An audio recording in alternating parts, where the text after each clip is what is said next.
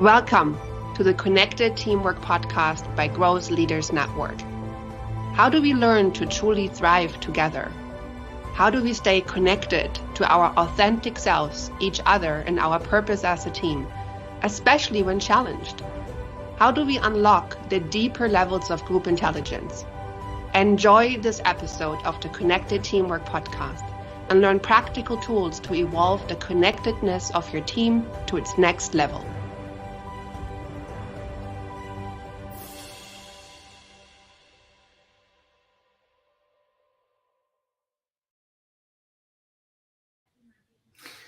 Hi there. Thanks for being on with us as we embark on our 28th episode of the Connected Teamwork Podcast.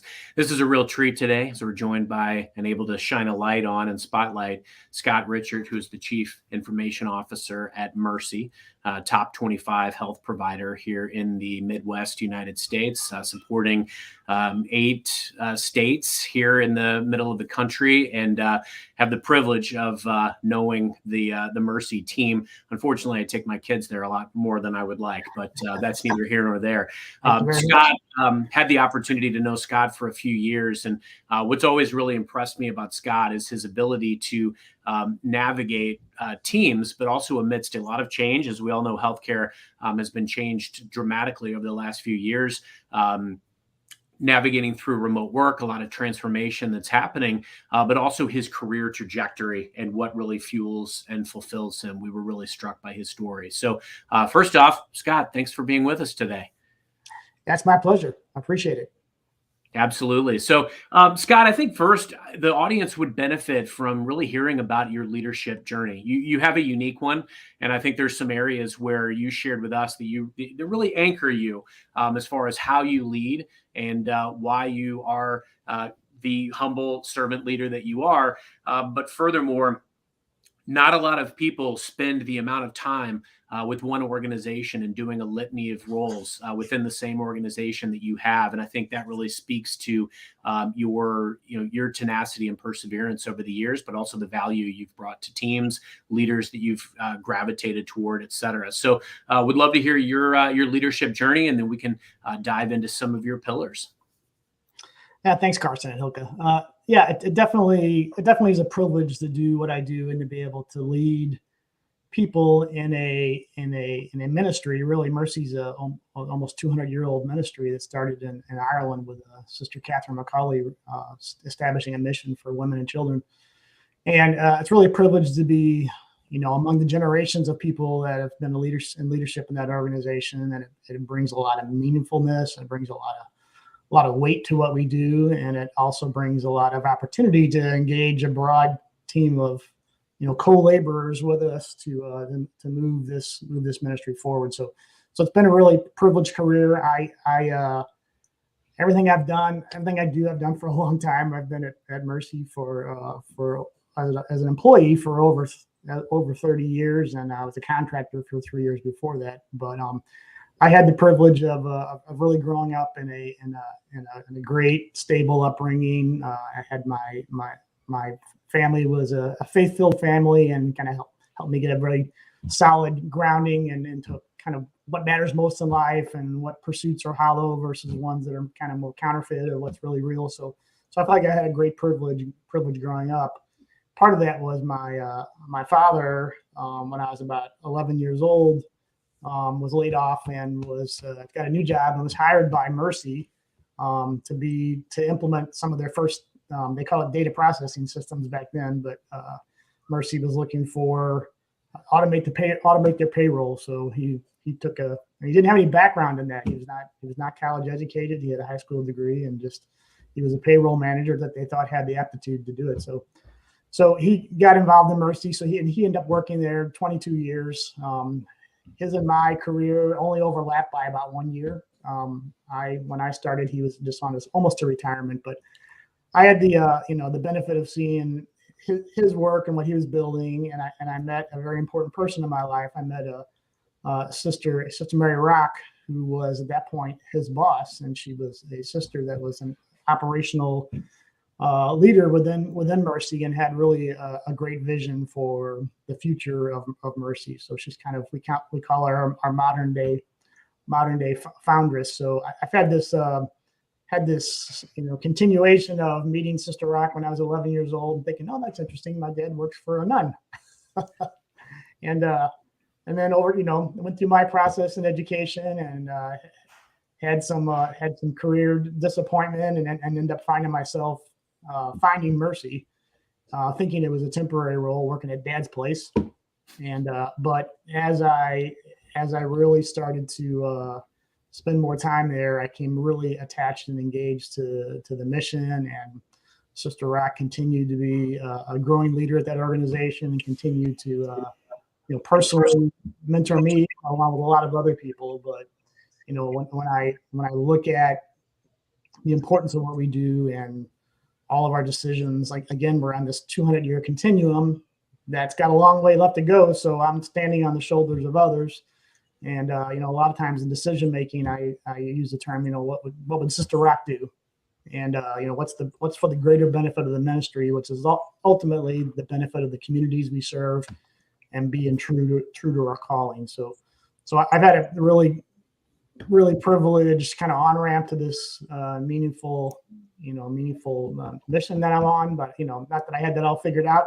That since I was a kid, I had a lot of learning to do, and I had a lot of steps I had to go through to get to where I'm at. But it's really a privilege to have the kind of role I have now, leading such a great team of people that are really committed to healthcare.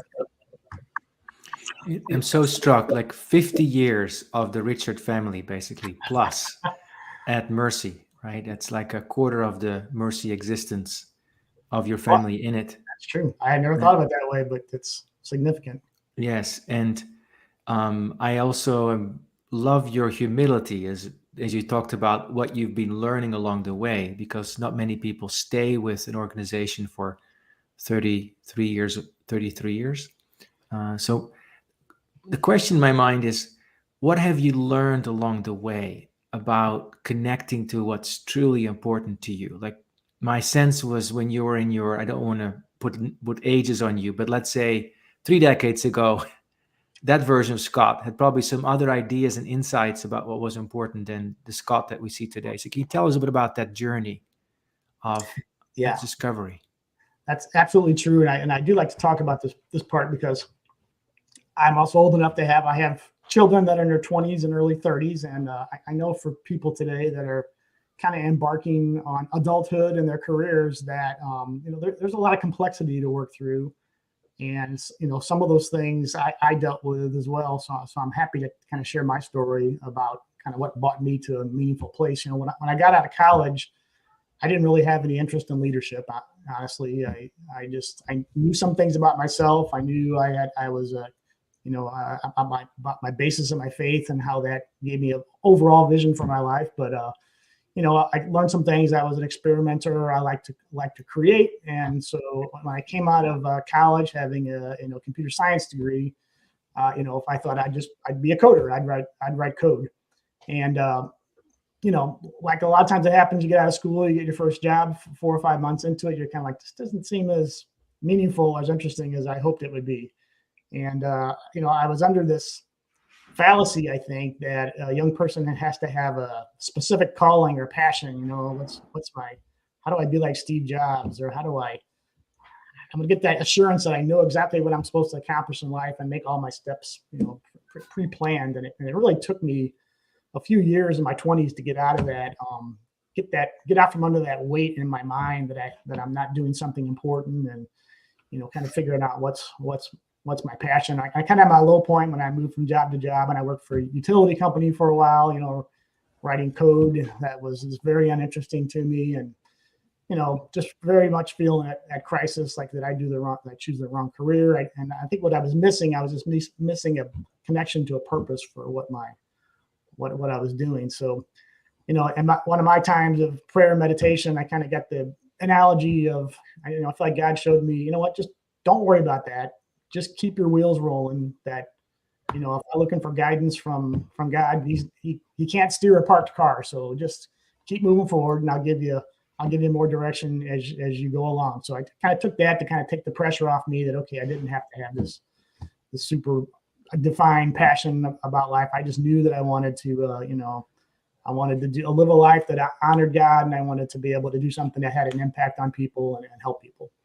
So that's when I got into healthcare. I figured I got to get out of this utility company, and I made the change and got this temporary job at one of the hospitals at Mercy in St. Louis, and soon I was impacted by the importance of the mission as I got out into the hospital and worked with different departments, which was a privilege. I had a role of just kind of basically set me loose to go out and figure out how to help the different departments.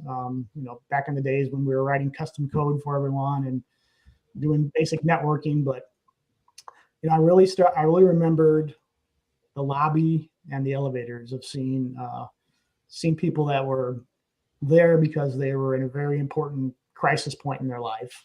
There was excitement, there was babies being born, but I also saw kids without hair that I knew were going through chemotherapy, and so that just drew me. It's like, wow, this is an important place, and I really want this to work well. And I started getting connected to the caregivers that would, deal with that every day and the emotion of it and the intensity of it. And I started feeling drawn and connected to the caregivers and just kind of how do I help? How do I help you get better?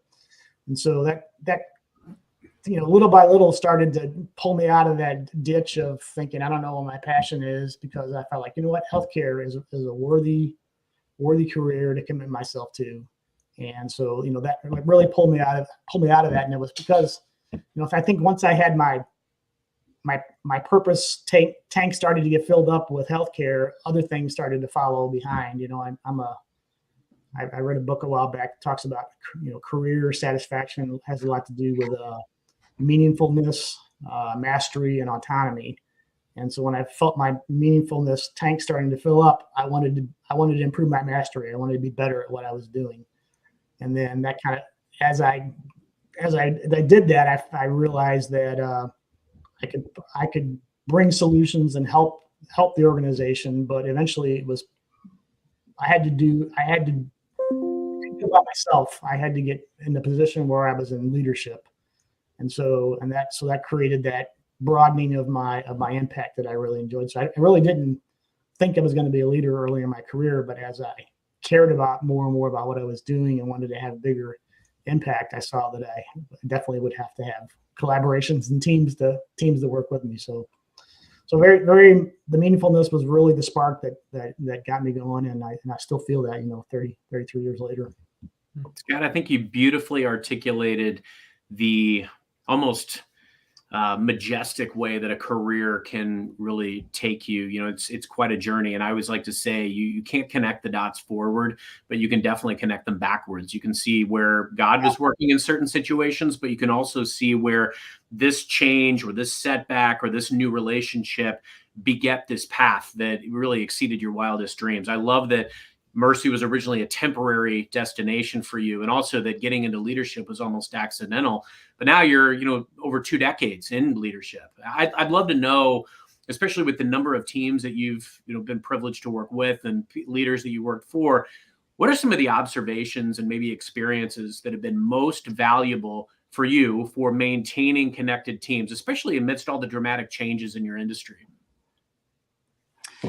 Yeah, I'd say, it comes down to some of the same principles of the best thing you can do as a leader is to have a team of really people that feel the same purposes that you are for why we're here. And so the why are we here question is always something that in healthcare, it shouldn't be that hard to do. We're here because you're seeing the same thing I am. You're in the lobbies and the elevators, and you're seeing your friends and neighbors, and you realize that your family are going to be customers someday. You're going to be a customer someday, likely.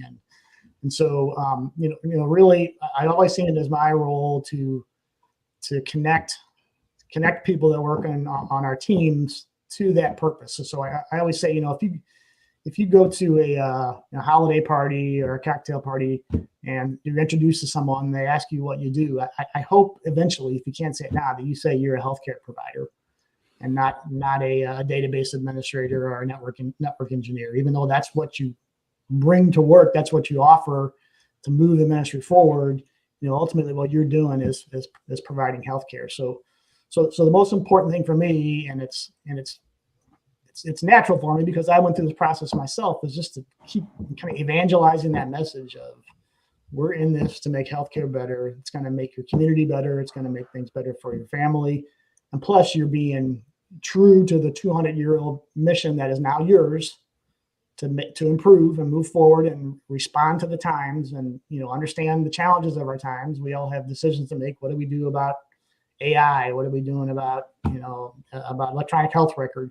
Making the right decisions, because eventually we're going to hand it off to the next generation. And so I found the most important thing, obviously, there's lots of technology leadership, but we have a very low turnover here, and we have a lot of people that are committed to the mission. And for a leader, it's just important to always reinforce that. I do something where I always try to bring in, like in December, we had our chief nursing officer come in with our team meeting and just tell us about how much of the impact that technology is having on the practice of nursing. And nursing has been very challenged the last couple of years with the pandemic and with staff shortages. And so help us know how we're helping you, but also help us know maybe how we're not helping you enough. And so it's really important to make that connection.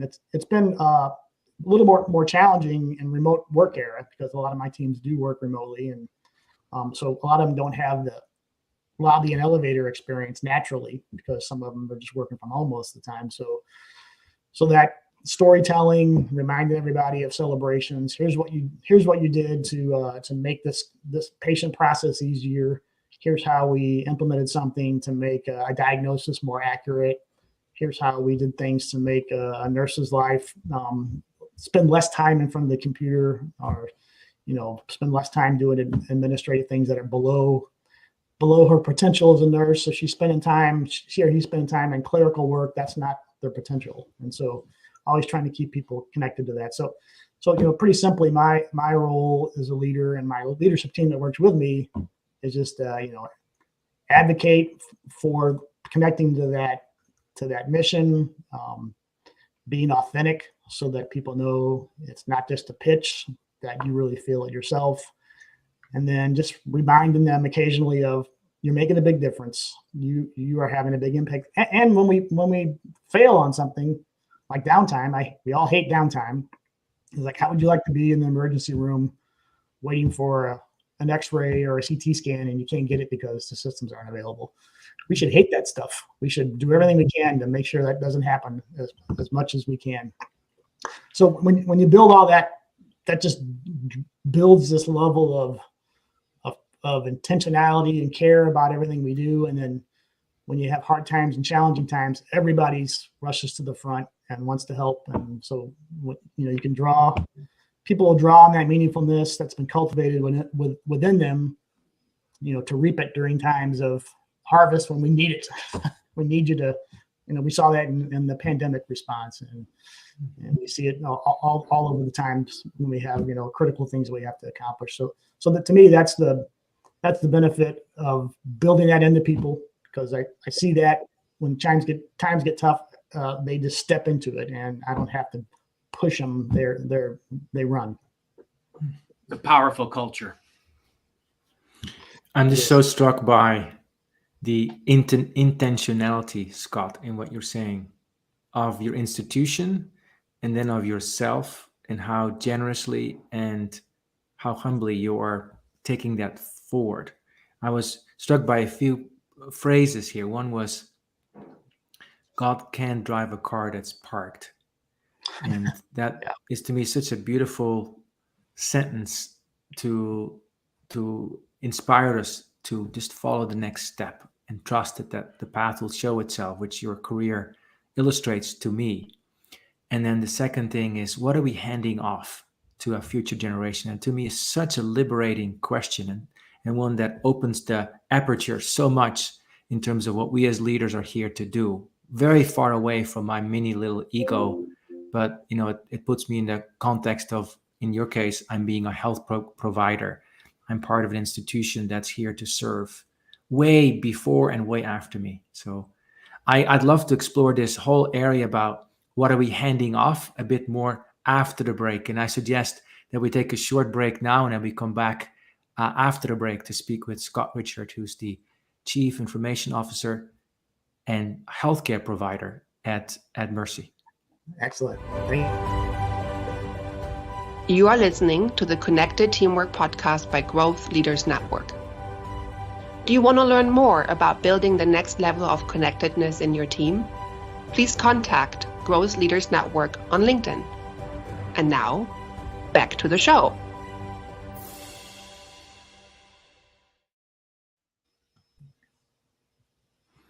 So you had this question about what does that provide you, and how do you talk about what you hand off to future generations, and maybe what did you learn from Sister Rock about that? Well, from Sister Rock and other Mercy leaders, and there's been several Mercy leaders that have been very large influence and mentors for me. But I think just the concept of we're having our turn in leadership, and it's a privilege to have it. And I mentioned before this concept of kind of understanding the times that you live in.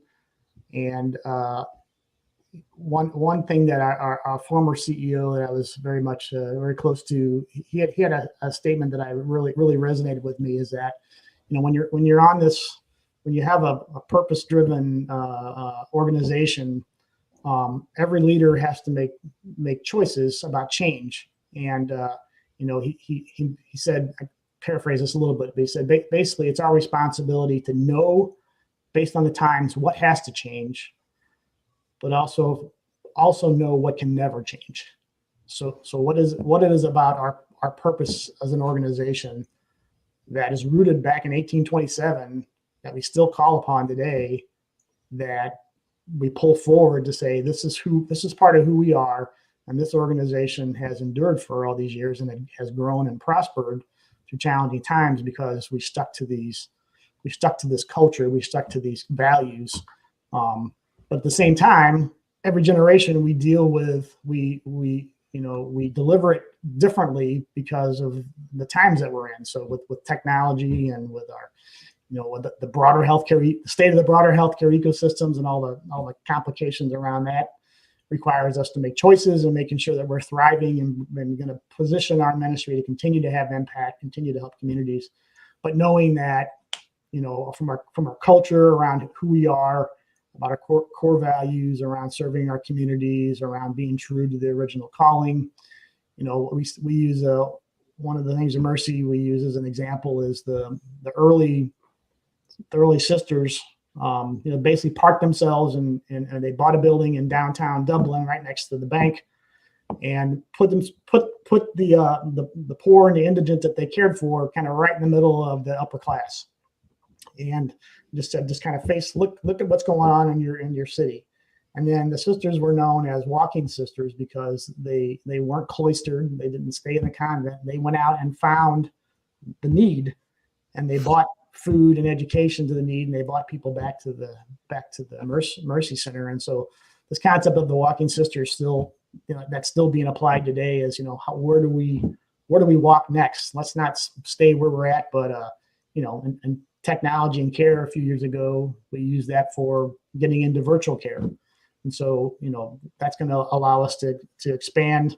Mercy has hospitals in very large communities, but we also have lots of remote, small town critical care hospitals that don't have the staff and some of the skills that are available in other places.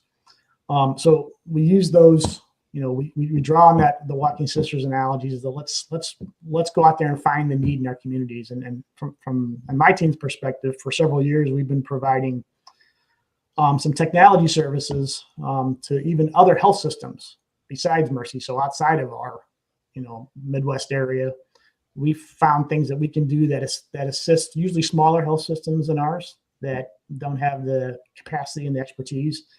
And we do that to generate extra revenue, but we also generate it because we can bring, the goodness that God's given us for our organization. We can help deliver it affordably and more with, much more easily to some of these smaller communities. So again, the walking sisters concept. So I think that, leading through change has got that dimension of figuring out what would Sister Rock do today? What would Sister Catherine do today? What would my dad do today around responding to what do we do with AI? And do we move fast? Do we move slow? Do we, we move with intentionality? We honor the things around. We know we're not going to put our patients' information at risk, but we also know that we're going to be bold and we're going to find the right places to really push in on it and progress, but not do anything that would be dangerous or our patients.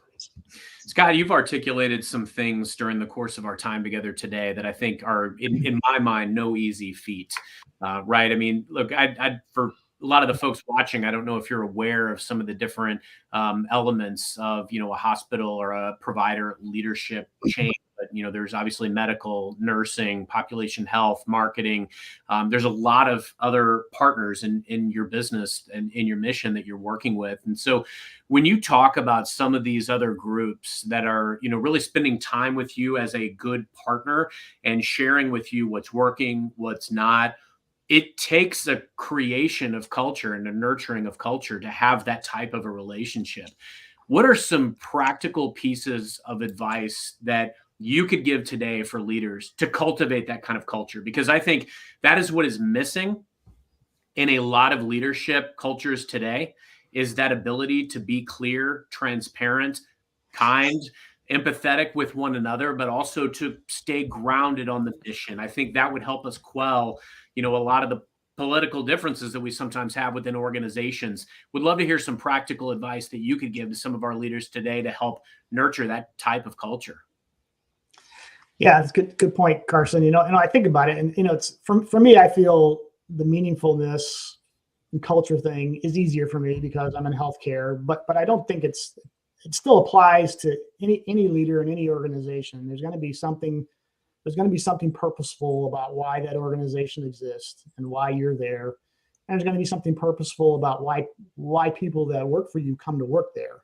And there's purpose all over the place that we can choose to engage in what we do, or we can leave it out of the picture. And I think that's a mistake.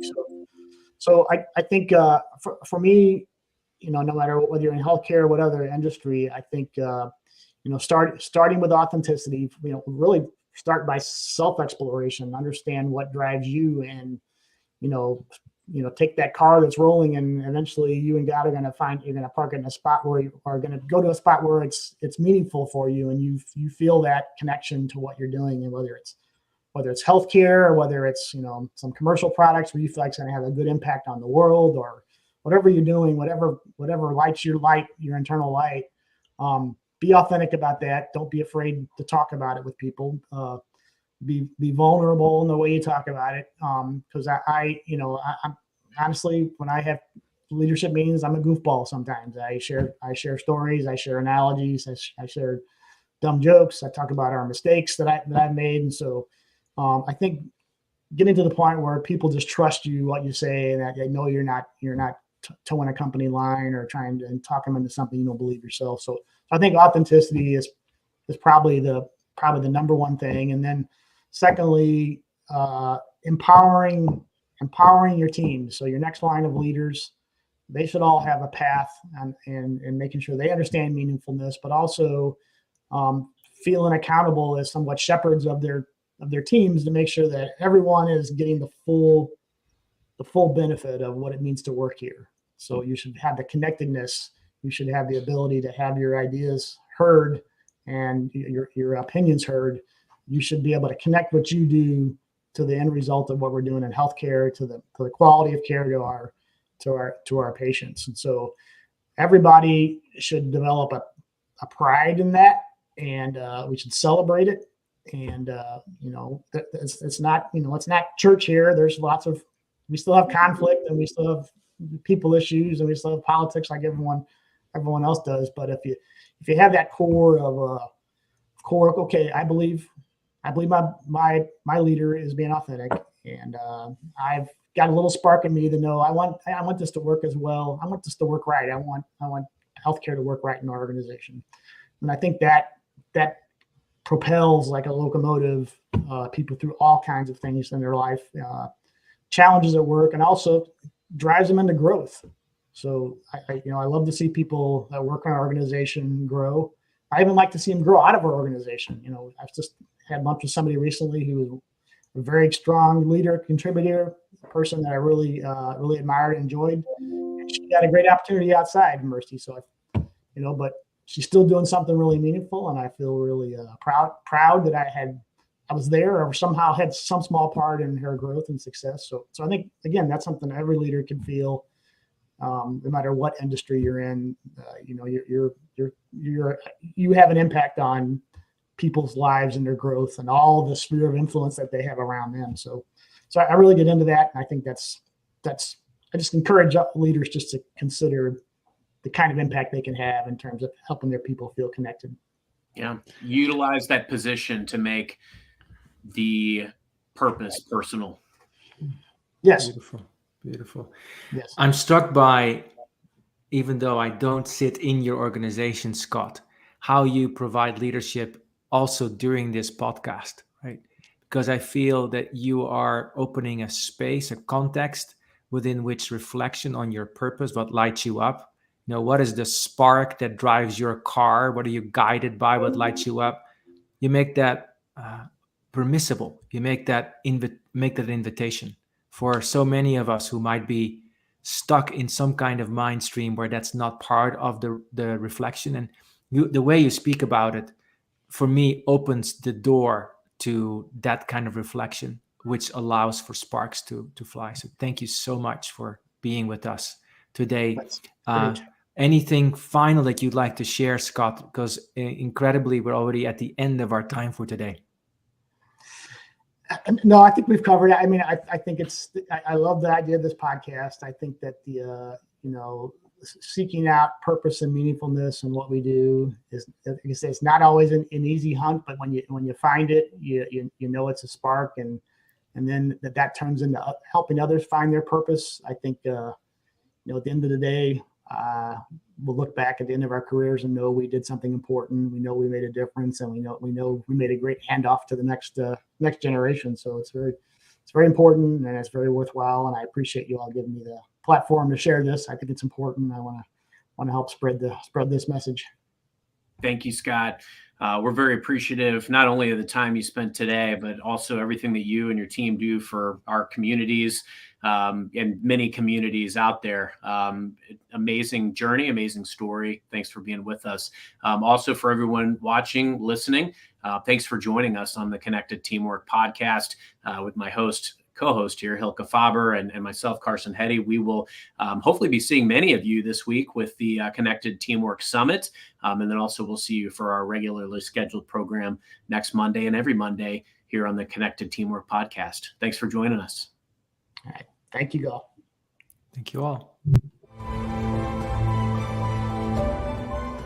Thank you for listening to the Connected Teamwork podcast by Growth Leaders Network. Take a moment to reflect on what you learned today that can help build your team. Also, if you like, think about one of your team members and what you appreciate about them. Let them know. Enjoy connecting more deeply to what is great about them. And see you next time at the Connected Teamwork podcast.